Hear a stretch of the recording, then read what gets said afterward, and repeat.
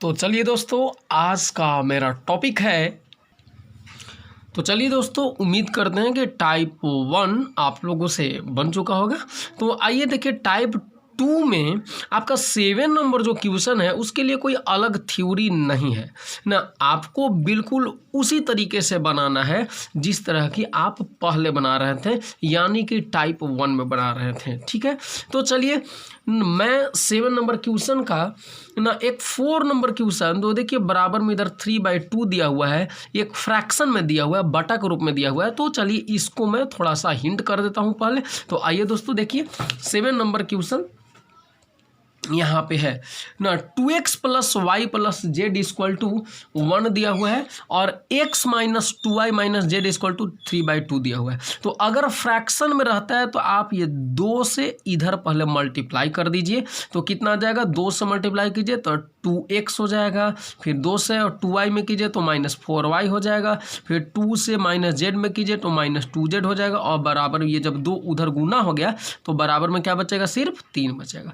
ठीक है ना, और ये 3y - 5z = 9 है। तो अब ये मतलब यहाँ सीखने वाला बात था कि अगर फ्रैक्शन में रहे, बटा में रहेगा तो इसको उधर मल्टीप्लाई कर देना है। ठीक है, तो नया इक्वेशन मेरा क्या हो जाएगा, ये 2x + y + z = 1, इसको ऐसे ही कर देना है। फिर ये आ गया आपका 2x - 4y - 2z = 3, ऐसे है। और ये देखिए यहाँ पर x वाला टर्म नहीं है तो पहले क्या लिखेंगे, 0 × x ना +3 × y और -5 × z = 9। अब यहाँ से जैसे हम लोग पहले बनाते थे, मैट्रिक्स ए बनाए गुणांक को लेकर, कोफिशिएंट को लेकर ना। ठीक है, और इस तरह से फिर आगे हम लोग बढ़ जाएंगे। ठीक है ना, चलिए अब मैं आप लोग को थोड़ा सा टाइप सेकंड का 8 नंबर क्वेश्चन बनाने के पहले आप लोगों को कुछ थ्योरी की ज़रूरत होगा। तो मैं उस थ्योरी के बारे में पहले डिस्कस कर लेता हूँ, चर्चा करता हूँ। तो आप लोग गौर से सुनिएगा, ठीक है। अच्छा, एक बात और, अभी जो है ना, पहले हिंदी मीडियम के जो भी विद्यार्थीगण हैं ना, वो सुनेंगे मेरी बातों को ना 3 से 4 मिनट तक। उसके बाद अगले 3-4 मिनट तक इंग्लिश मीडियम के बच्चे सुनेंगे। ठीक है ना, ओके। तो चलिए रेडी होते हैं। चलिए, पिछले क्लास में हम लोग जितना भी मैथ बनाए हैं टाइप 1 तक, और यहाँ 7 नंबर क्वेश्चन भी उसी पर बनेगा। तो उसमें थ्योरी बताए थे कि न सबसे पहले मतलब कंसिस्टेंसी यानी संगतता की जांच करने के लिए, अगर कोई भी मतलब सिस्टम ऑफ लीनियर इक्वेशन दिया हुआ है, रैखिक समीकरण का अगर ऐसा दिया हुआ है, तो इसको हल करने के लिए पहले हम क्या करते हैं, डिटर्मिनेंट ए का मान निकालते हैं। और अगर डिटर्मिनेंट ए का मान 0 नहीं आता है, गौर से सुनते रहिएगा, अगर डिटर्मिनेंट ए का मान 0 नहीं आता है तो दिया गया रैखिक समीकरण निकाय संगत होता है न, और उनका अद्वितीय हल होता है। और वह हल ना सूत्र x = A 1 × B से दिया जाता है। ठीक है ना, फिर से बता रहे हैं कि अगर इस तरह का कोई रैखिक समीकरण निकाय दिया हुआ है, उनका हल करना है, संगतता की जांच करना है कि संगत है कि असंगत है। तो सबसे पहले हम ना ये ऐसे करके डिटर्मिनेंट ए का वैल्यू निकालते हैं, और अगर डिटर्मिनेंट ए का वैल्यू 0 नहीं आता है तो रैखिक समीकरण निकाय संगत होते हैं और उनका अद्वितीय हल होता है। मतलब एक और केवल एक हल होता है, और वह जो हल है, मतलब वह जो आंसर है, वो x = A 1 × B फॉर्मूला के प्रयोग से मिलता है, प्राप्त होता है। ठीक है, इस पे हम लोग ढेर सारे क्वेश्चन भी बना लिए थे। ठीक है ना, अब चलिए, अब आपके मन में ये सवाल आ रहा होगा कि अच्छा सर, अगर डिटर्मिनेंट ए का वैल्यू हम निकालें, अगर 0 नहीं आया तो उसके लिए तो कंडीशन हम आपको बता दिए, हम लोग को बता दिए सर आप। लेकिन अगर डिटर्मिनेंट ए का वैल्यू, अगर ऐसा क्वेश्चन है ना, डिटर्मिनेंट ए का वैल्यू निकालें और अगर 0 आ जाए तब सर क्या करना है। अगर डिटर्मिनेंट ए का वैल्यू अगर 0 नहीं आए तब तो हम लोग जानते हैं कि सर समीकरण निकाय संगत होगा और उसका अद्वितीय हल होगा, और वह हल इस सूत्र से मिलेगा। लेकिन अगर डिटर्मिनेंट ए = 0 आ जाए, तब 0 आ जाए तब क्या करेंगे। तो देखिए, वही थ्योरी यहाँ पर हम पढ़ने जा रहे हैं आज, कि यदि डिटर्मिनेंट ए का वैल्यू 0 हो जाए तो रैखिक समीकरण निकाय संगत भी हो सकता है और असंगत भी हो सकता है। बात समझ में आया? मतलब अगर डिटर्मिनेंट ए का वैल्यू आप निकालें और डिटर्मिनेंट ए का वैल्यू अगर 0 आ गया तो वो समीकरण निकाय जो है, ये जो इतने समीकरण निकाय हैं वो संगत भी हो सकते हैं और असंगत भी हो सकते हैं, ठीक है ना। और अगर वे संगत होते हैं, संगत होते हैं मतलब क्या, उनका हल निकलेगा। तो अगर वे संगत होते हैं तो उनका यहाँ पे अनगिनत हल होगा, और अगर वे असंगत होते हैं तब तो उनका कोई हल ही नहीं होगा। बात समझ में आया ना। फिर से एक बात बता रहे हैं कि अगर आप डिटर्मिनेंट ए का वैल्यू निकालते हैं, अगर 0 नहीं आता है, 0 नहीं आता है तो समीकरण निकाय संगत होते हैं और उनका अद्वितीय हल होता है, और वह जो हल है वो सूत्र x बराबर a इनवर्स इंटू बी से दिया जाता है। लेकिन अगर यदि आप डिटर्मिनेंट a का वैल्यू निकालें और अगर वह 0 आ गया तो समीकरण निकाय संगत भी हो सकता है और असंगत भी हो सकता है, ठीक है। अब अगर वह संगत होगा तो अद्वितीय हल नहीं मिलेगा, ऊपर अद्वितीय हल मिलता था ना, तो अब अद्वितीय हल नहीं मिलेगा। अगर संगत होगा तो आपको अनगिनत हल मिलेगा और असंगत होगा तो कोई हल नहीं मिलेगा, ठीक है। चलिए समझ गए। अब देखिए, अब आपके मन में ये भी क्वेश्चन उठ रहा होगा कि अच्छा सर अब ये बता दीजिए कि सर संगत कब होगा और असंगत कब होगा, कैसे पहचानेंगे सर, ठीक है ना। आप बता रहे हैं ना कि डिटर्मिनेंट ए का वैल्यू अगर 0 है तो रैखिक समीकरण का संगत भी हो सकता है और असंगत भी हो सकता है, ठीक है ना। तो कब संगत होगा और कब असंगत होगा ये बता दीजिए हमें सर। तो आइए देखिए, संगत और असंगत का पहचान करने के लिए हम लोग को एडजॉइंट ए इंटू बी का मान निकालना पड़ेगा, ठीक है। एडजॉइंट समझते हैं ना, ए के मतलब ये जो मैट्रिक्स बना है आप ए, तो ए के कोफैक्टर से बने मैट्रिक्स का ट्रांसपोज एडजॉइंट निकल जाएगा, और एडजॉइंट ए निकालने के बाद बी से गुना करना पड़ेगा, ठीक है ना। तो अगर संगत और असंगत का आपको पहचान करना है तो आप एडजॉइंट ए इंटू बी निकालिएगा, ठीक है। तो निकाल दीजिएगा तो हो गया पहचान? नहीं, एडजॉइंट ए इंटू बी का मान निकालिए, और अगर एडजॉइंट ए इंटू बी का मान 0 आ जाएगा तब वो संगत होगा और उनके अनगिनत हल होंगे, और यदि एडजॉइंट ए इंटू बी का वैल्यू 0 नहीं आया तो वे असंगत होंगे। अब बात समझ में आ गया ना, ठीक है ना। अगर एडजॉइंट आपको अगर डिटर्मिनेंट ए का वैल्यू अगर 0 आ जाता है तब समीकरण का संगत और असंगत दोनों हो सकते हैं, और अगर संगत होंगे तो अनगिनत हल होगा और असंगत होंगे तो उनका कोई हल नहीं होगा। तो संगत और असंगत का पहचान कैसे करेंगे? तो संगत का पहचान करने के लिए हम एडजॉइंट ए इंटू बी का मान निकालते हैं, और यदि एडजॉइंट ए इंटू बी का मान 0 आ जाए तो वे संगत होंगे और उनका अनगिनत हल होगा, और यदि एडजॉइंट ए इंटू बी का वैल्यू 0 नहीं होगा तो वे असंगत होंगे और उनका ना कोई हल नहीं होगा, ठीक है ना, और उनका कोई हल नहीं होगा। बात समझ गए। चलिए, तो अब इंग्लिश मीडियम के जो बच्चे हैं वो थोड़ा सा मेरे लेक्चर पे ध्यान दीजिएगा और बहुत गौर से सुनिएगा, ठीक है ना। तो चलिए, इन प्रीवियस क्लास में हम लोग पढ़ाई किए थे क्या कि अगर सिस्टम ऑफ लीनियर इक्वेशन अगर ढेर सारे दिए हुए हैं ना और इनको अगर सॉल्यूशन करना है, हल मतलब इसका आंसर फाइंड करना है, सॉल्यूशन करना है, तो इसके लिए फर्स्ट ऑफ ऑल हम 3 मैट्रिक्स बनाते थे और उससे डिटर्मिनेंट ए का वैल्यू निकालते थे। और अगर डिटर्मिनेंट ए का वैल्यू ना 0 नहीं आता था, याद रखिए, अगर डिटर्मिनेंट का वैल्यू 0 नहीं आता था तो given system of linear equation जो होते थे, सिस्टम ऑफ लीनियर इक्वेशन वो कंसिस्टेंट होते थे और उनका यूनिक सॉल्यूशन मिलता था, और वो सॉल्यूशन इस फॉर्मूले से मिलता था, x बराबर a इनवर्स इंटू बी से।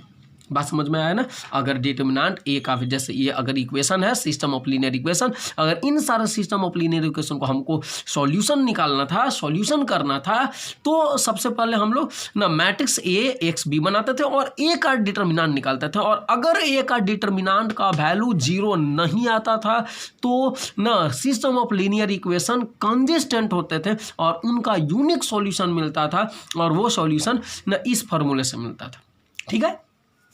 तो अब आपके मन में एक सवाल चल रहा होगा कि सर अब ये बताइए कि अगर ना ये डिटर्मिनांट ए का जो वैल्यू हम लोग निकालते हैं, अगर डिटर्मिनांट ए का वैल्यू 0 नहीं आया तब तो हम लोग सर तरीका जान गए कि क्या करना है और आंसर कैसे आएगा, ठीक है। लेकिन अगर डिटर्मिनांट ए का वैल्यू निकालें और अगर वो 0 आ गया, ठीक है, तो उस कंडीशन में सर सॉल्यूशन कैसे करेंगे, ठीक है। उस कंडीशन में कैसे पता चलेगा कि system of linear equation consistent है कि इनकंसिस्टेंट है, और कंसिस्टेंट है इनकंसिस्टेंट है तो उनका सॉल्यूशन कैसे करेंगे, ठीक है। तो इसके लिए आइए थ्योरी पढ़ते हैं कि अगर डिटर्मिनेंट ए का वैल्यू 0 आ जाता है तो system of linear equation consistent भी हो सकते हैं और इनकंसिस्टेंट भी हो सकते हैं। समझ में आया?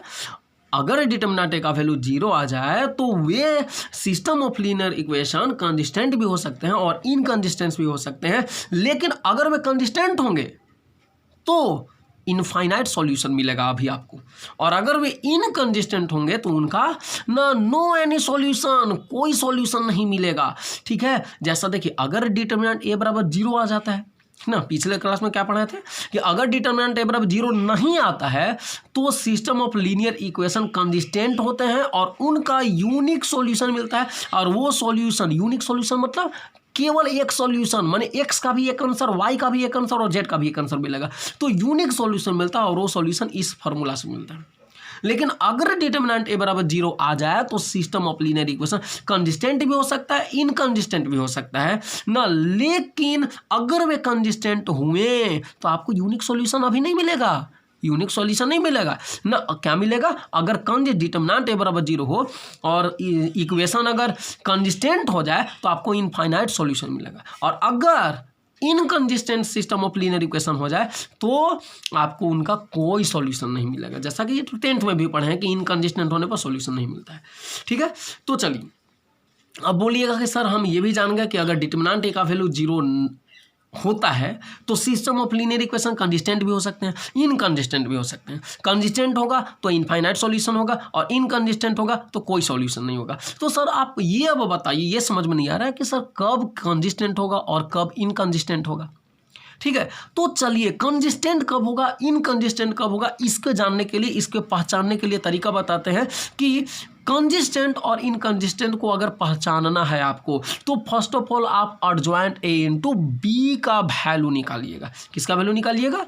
एडजॉइंट ए इंटू बी का वैल्यू निकालिएगा। और यदि एडजॉइंट ए इंटू बी का वैल्यू अगर 0 आ जाता है तो वे कंसिस्टेंट होंगे और उनके इनफाइनाइट सॉल्यूशन मिलेंगे। अगर एडजॉइंट इनटू बी का वैल्यू निकालें 0 आ गया तो कंसिस्टेंट होंगे और इनफाइनाइट सॉल्यूशन मिलेगा, और अगर एडजॉइंट इनटू बी आप निकालें वो अगर 0 नहीं आया तो वे इनकंसिस्टेंट होंगे और उनका ना कोई भी सॉल्यूशन नहीं मिलेगा, उनका कोई सॉल्यूशन नहीं मिलेगा। इनकंसिस्टेंट होने पर कोई सॉल्यूशन नहीं मिलता है, ठीक है ना, जैसा आप लोग जानते हैं। ये देखिए लिखा हुआ है, इनकंसिस्टेंट होगा उनका कोई सॉल्यूशन, नो एनी सॉल्यूशन, है ना, होगा, ठीक है। तो चलिए अब हम लोग आते हैं एक्सरसाइज के क्वेश्चन नंबर 8 पर। तो चलिए क्वेश्चन नंबर 8 को आप लोग इंग्लिश मीडियम के विद्यार्थी पहले पढ़ लीजिए कि examine the consistency of the following system of equation. मतलब ये जो आपका इक्वेशन दिया हुआ है उनके कंसिस्टेंसी का चेक करना है, कंसिस्टेंसी चेक करना है कि ये कब कंसिस्टेंट होंगे और कब इनकंसिस्टेंट होंगे, ठीक है ना। मतलब इन विच कंडीशन ना दीज इक्वेशंस ना विल बी कंसिस्टेंट और इनकंसिस्टेंट, ठीक है ना। तो चलिए हमको पता करना है। तो चलिए अब बिहार बोर्ड के बच्चे इसी क्वेश्चन को देखिए, संगतता की जांच करना है ना, आपका सवाल दिया हुआ इतना, संगतता की जांच करना मतलब कब संगत है और कब असंगत है। तो आपको जो इक्वेशन दिए हुए हैं उस इक्वेशन से फर्स्ट ऑफ ऑल ये तरीका को याद रखिएगा, जो अभी तरीका बताने जा रहा हूँ कि कोई भी आपका इक्वेशन जो है वो संगत है कि असंगत है, कंसिस्टेंट है कि इनकंसिस्टेंट है, इसको चेक करने के लिए फर्स्ट ऑफ ऑल हम ए एक्स बी ये तीनों मैट्रिक्स निकाल लेते हैं, जैसा कि इक्वेशन से होता है निकालनी है। अब हम लोग क्या करेंगे, डिटर्मिनेंट ए का वैल्यू निकालते हैं, और डिटर्मिनेंट ए का वैल्यू निकाले तो देखिए 6 गुना 1 6 और 2 गुना 3 6, 6 माइनस 6 0। तो डिटर्मिनेंट ए का वैल्यू 0 आ गया। अब सुनिए, अभी थ्योरी बताया था ना कि अगर डिटर्मिनेंट ए बराबर 0 आ जाए तो क्या होगा, कंसिस्टेंट कि इनकंसिस्टेंट, संगत होगा कि असंगत होगा, आपका जवाब होगा सर ये दोनों हो सकता है, संगत असंगत दोनों हो सकता है, कंसिस्टेंट इनकंसिस्टेंट दोनों हो सकता है। तो सर उसको अब हम पूछेंगे कि जांच कैसे कीजिएगा, तो उसको जांच करने के लिए, चेक करने के लिए तरीका बताएं, है ना, एडजॉइंट ए इंटू बी निकालना पड़ेगा। तो चलिए वही बात को मैं यहाँ पर लैंग्वेज में लिख दिया हूँ जो मैंने अभी आपको समझाया कि यहाँ चूंकि डिटरमिनेंट ए बराबर 0 है, इसलिए दिए गए समीकरण निकाय मतलब इन लोग, है ना, ये समीकरण निकाय, दिए गए समीकरण निकाय मतलब सिस्टम ऑफ लीनियर इक्वेशन ना, संगत मतलब कंसिस्टेंट और असंगत मतलब इनकंसिस्टेंट दोनों हो सकते हैं। तो इसको चेक करने के लिए हमें एडजॉइंट ए इंटू बी का वैल्यू निकालना पड़ेगा। ठीक है, हमें एडजॉइंट ए इंटू बी का वैल्यू निकालना पड़ेगा। ठीक है, तो अब हम लोग का मकसद हो जाएगा एडजॉइंट ए निकालना।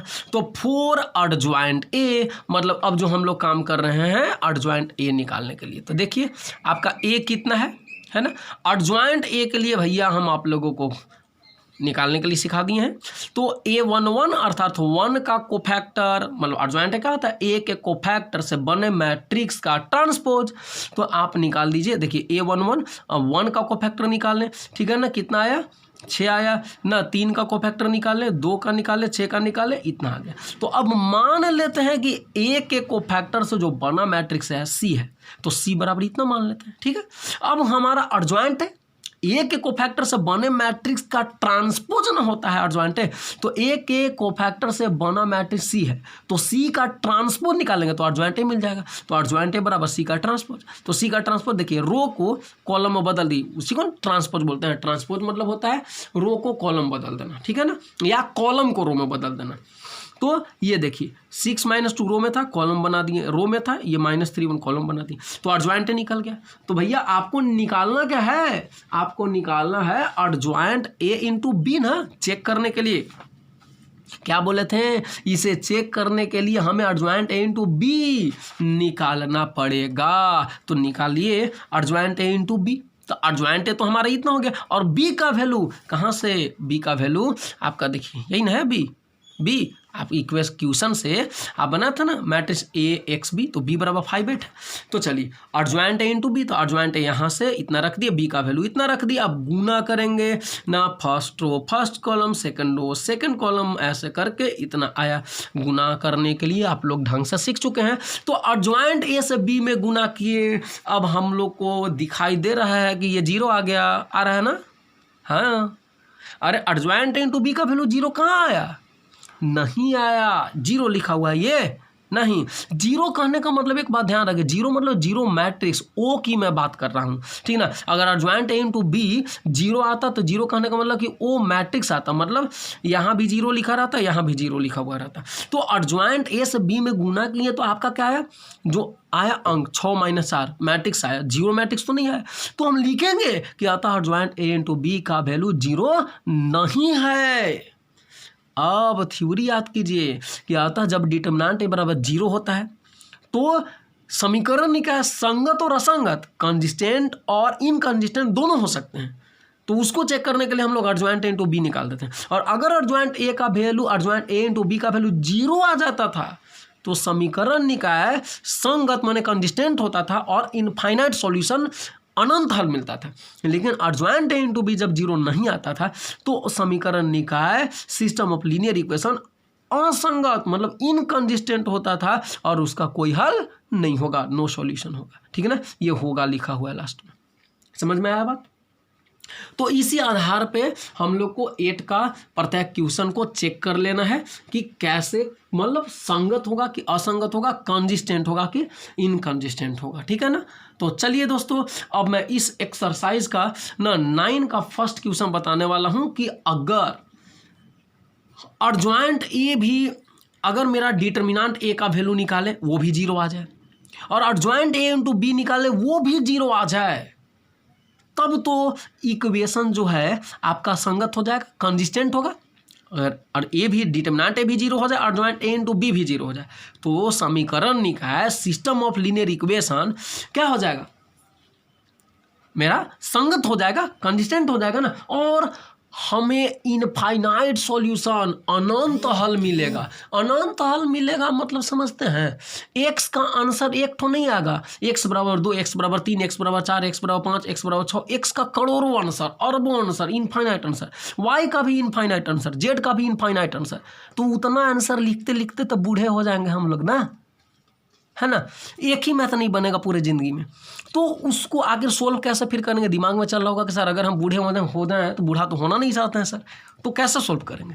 तो आइए अब मैं वो तरीका बताने वाला। तो चलिए इसके लिए सबसे पहले इंग्लिश मीडियम के बच्चे ये क्वेश्चन को देख लीजिए। Examine the consistency of the following system of equation and if consistent solve them. मतलब बोल रहा है कि ये इक्वेशन जो नीचे दिए गए हैं उनको आप क्या करें, चेक करें, कंसिस्टेंसी चेक करें कि कंसिस्टेंट है कि इनकंसिस्टेंट है। और अगर कंसिस्टेंट है तो फिर उसको सोल्व कीजिए, क्योंकि इनकंसिस्टेंट रहता है तो उसका तो कोई सॉल्यूशन ही नहीं होता है। लेकिन अगर कंसिस्टेंट है तो फिर सोल्व करने के लिए बता रहा है ये, ठीक है ना। अब चलिए इसी क्वेश्चन को हिंदी मीडियम के विद्यार्थी देखेंगे। आपका 9 नंबर का फर्स्ट क्वेश्चन है ना, जांच करें कि दिया गया समीकरण निकाय असंगत है, संगत है कि असंगत, और यदि संगत है तो उनका हल भी निकालना है। समझ में आया? जांच करना है कि ये दिया गया समीकरण निकाय जो है संगत है कि असंगत, और यदि संगत है तो उनका हल निकालना है, क्योंकि असंगत अगर रहता तो उनका तो कोई हल ही नहीं होता है, ठीक है ना। तो वही हमको चेक करना है कि संगत है कि असंगत है, और अगर संगत है तो उनका हल कैसे निकालेंगे, क्योंकि हमको पता है कि अगर संगत होता है, कंसिस्टेंट होता है तो इनफाइनाइट सॉल्यूशन मिलता है। तो इनफाइनाइट सॉल्यूशन हम कैसे निकालेंगे, सबसे बड़ा चीज़ है ना, एक्स का इनफाइनाइट आंसर कैसे लिखेंगे, ठीक है। तो बड़ा ही इंटरेस्टिंग क्वेश्चन हो जाता है ये। तो आइए मैं आपको ये क्वेश्चन को सोल्व करने के लिए बता रहा हूँ। तो फर्स्ट ऑफ ऑल हमारा तो सबसे पहला प्रोसेस है कि ये जो इक्वेशन से ना ए एक्स और बी निकालेंगे, फिर आप डिटर्मिनेंट का वैल्यू निकालिए। डिटर्मिनेंट का वैल्यू निकालने में आप लोग माहिर हैं, देख लीजिए डिटर्मिनेंट का वैल्यू 0 आ गया। तो अब देखिए, अतः आपको लिखना पड़ेगा जैसे मैं बता रहा हूँ एग्जाम में, बिल्कुल वैसे ही बनाइएगा, एक भी स्टेप नहीं इधर उधर होने दीजिएगा, तब जाकर के बिल्कुल परफेक्टली 5 नंबर आपको मिलेंगे, ठीक है ना। तो चलिए, अतः डिटर्मिनेंट ए का वैल्यू तो मेरा कितना आ गया, 0 आ गया। तो जब डिटर्मिनेंट ए का वैल्यू 0 है तो समीकरण निकाय, सिस्टम ऑफ लीनियर इक्वेशन क्या होगा, संगत मतलब कंसिस्टेंट, और असंगत इनकंसिस्टेंट, दोनों हो सकता है ना, बिल्कुल। और इसके चेक करने के लिए हमें अर्जॉइंट ए इंटू बी का मान निकालना होगा।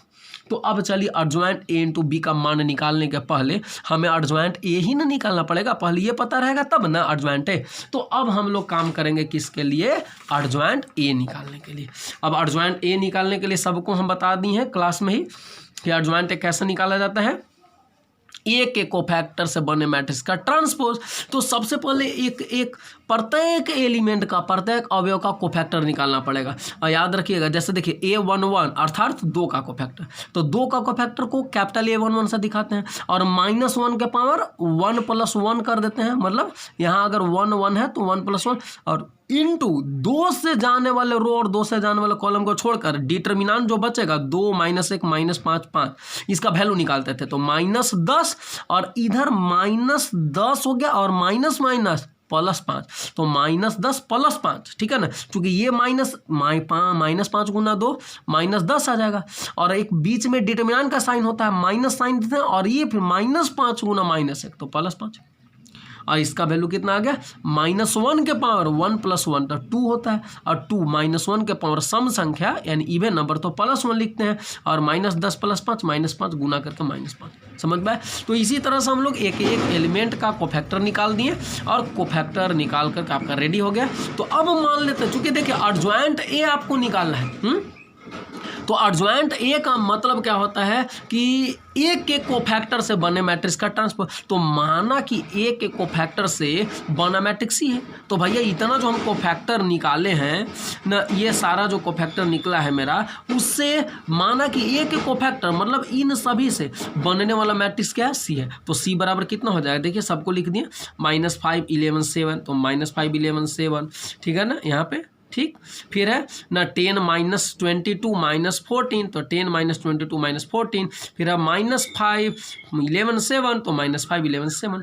चलिए, तो अब क्या है, ए के कोफैक्टर से बना मैट्रिक्स सी है तो एडजॉइंट क्या होता है, एडजॉइंट होता है इसका ट्रांसपोज ना, ए के कोफैक्टर से बने मैट्रिक्स का ट्रांसपोज, तो एडजॉइंट बराबर सी का ट्रांसपोज, तो सी का ट्रांसपोज माने इसका ट्रांसपोज निकालिए, मतलब रो को कॉलम बदलिए, तो -5 11 7 10 -22 -14 और इसको रो को कॉलम बदलिए तो कितना -5 11 7 है, तो -5 11 7 एडजॉइंट निकाल दिया, हो गया।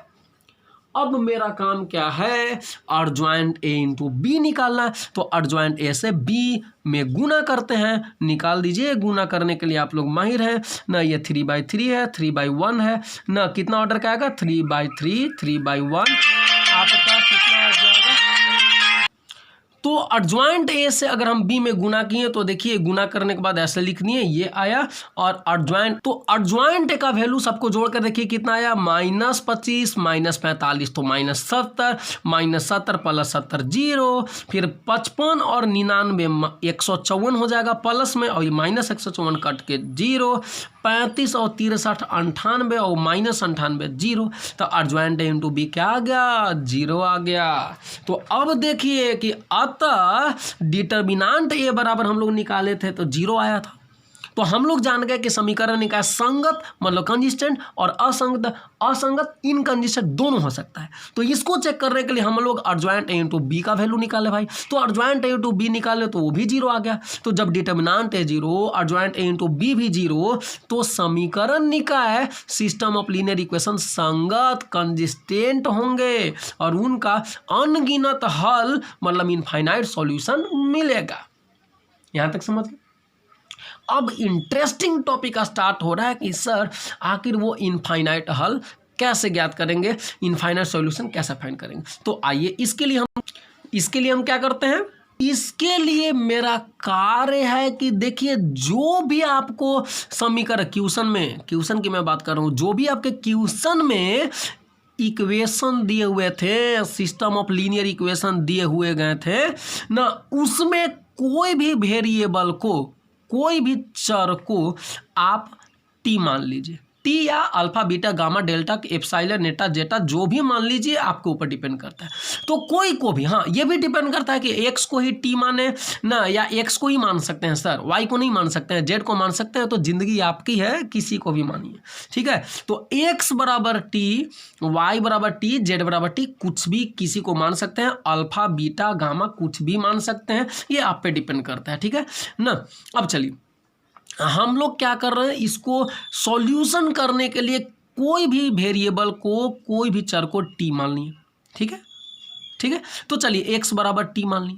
अब x बराबर टी, एक वेरिएबल को अगर टी मानते हैं तो याद रखिएगा ये x बराबर टी जो है, कोई भी दो इक्वेशन में आप पुट कर दीजिए, कोई भी दो इक्वेशन में पुट करिए, और ना ये जो टी है ना, x के वैल्यू हम लोग टी रखते हैं किसी भी दो इक्वेशन में, और उस इक्वेशन से दो अदर इक्वेशन बनाइए, किसके फॉर्म में, तो बाकी बचे हुए वेरिएबल के फॉर्म में। जैसे x के जगह टी आप रखते हैं ना, तो बाकी बचा हुआ वेरिएबल क्या है, y और z, ठीक है। तो x के जगह टी कोई भी दो इक्वेशन में, चाहे फर्स्ट सेकंड में, चाहे फर्स्ट थर्ड में या सेकंड थर्ड में ना, x के जगह टी रखिए, और उस इक्वेशन को, दोनों इक्वेशन को जिसमें आप x बराबर टी रखते हैं, उन दोनों इक्वेशन को y और z के फॉर्म में सिर्फ बदल के लिखें, ठीक है ना, समझ में। अगर y के जगह टी पुट करते हैं तो कोई भी दो इक्वेशन में y की जगह टी पुट कीजिए, और उन दोनों इक्वेशन को फिर x और z के फॉर्म में बदल दीजिए, ठीक है ना, समझ में आ रहा है। अगर z के जगह टी पुट करते हैं तो कोई भी दो इक्वेशन में z के जगह टू पुट कीजिए, और वही दोनों इक्वेशन को x और y के फॉर्म में लिखिएगा। तो चलिए x के जगह ये टी पुट किए, तो हम x का वैल्यू टी जो है कोई भी अपने से हम पुट किए फर्स्ट सेकेंड में, आप किसी में भी पुट कर सकते हैं। तो x के जगह टी पुट किए तो देखिए 2t हो जाएगा, -y + 3z बराबर 5। तो अब हमको क्या बताया ना कि इसको y z का इक्वेशन बना देना है, तो y -y + 3z इधर हो गया, और 2t को उधर ले गए तो 5 - 2t, तो बन गया ना केवल y और z का इक्वेशन, ठीक। तो चलिए इसको इक्वेशन 4 मान ली, क्योंकि इसको फर्स्ट माने हैं, इसको सेकंड माने, इसको थर्ड माने हैं, आप लोग याद रखिएगा, ठीक है ना। ये देखिए फर्स्ट, ये देखिए सेकंड, ये देखिए थर्ड, ठीक है।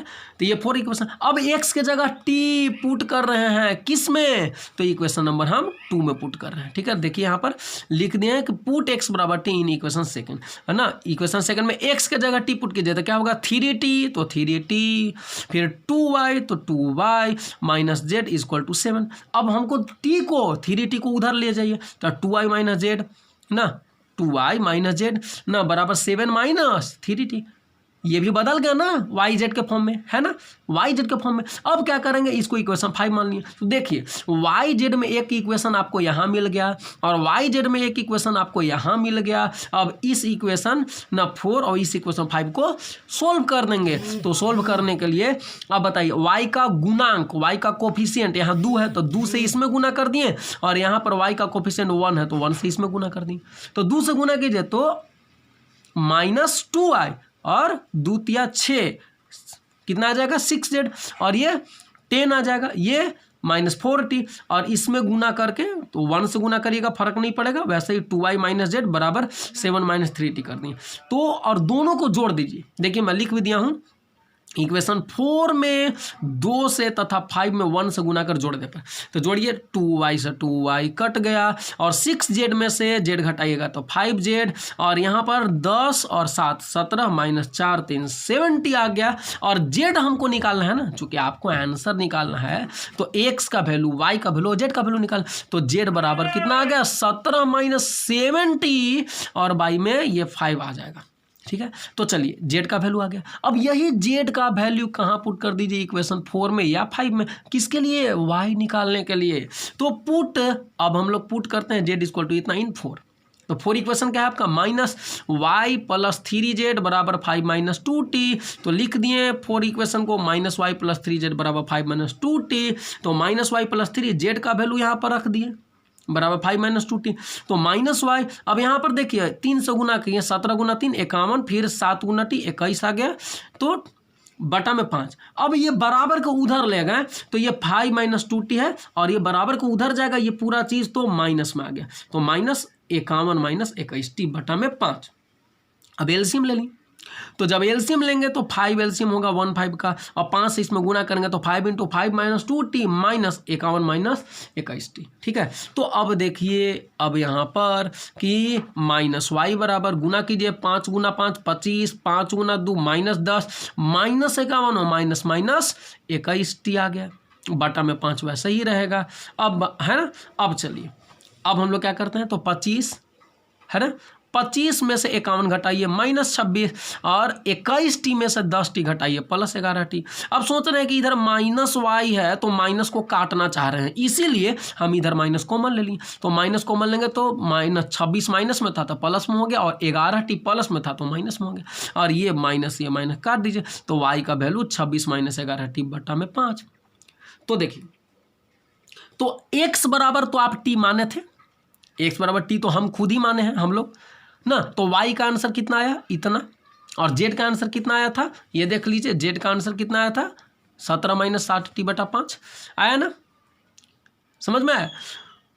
तो x बराबर t आंसर हो गया, y बराबर 26 माइनस 11t और बटा में 5, और z बराबर इतना आंसर आएगा, ठीक है ना। चलिए, तो ये आपका आंसर हो गया। अब हम लोग थोड़ा सा जैसे बकझक करते हैं इस बात पे कि सर ये जो आंसर आया है, ठीक है ना, ये जो आंसर आया है वो किताब के आंसर से मिल नहीं रहा है सर। तो जैसे मान लेते हैं सर, आप लोग पूछते हैं हमसे कि सर देखिए मान लिया जाए कि आपका जो आंसर आया है उससे हम मैच करते हैं, तो आप बोलिएगा सर कि हम टी मान के बनाए हैं और आंसर के मान के बनाए हैं। तो भी सर एक्स का वैल्यू देखिए आपका मतलब अगर टी मान के बनाए हैं तो यहाँ पर इतना आया है 1/7 17 माइनस 5 के आया है।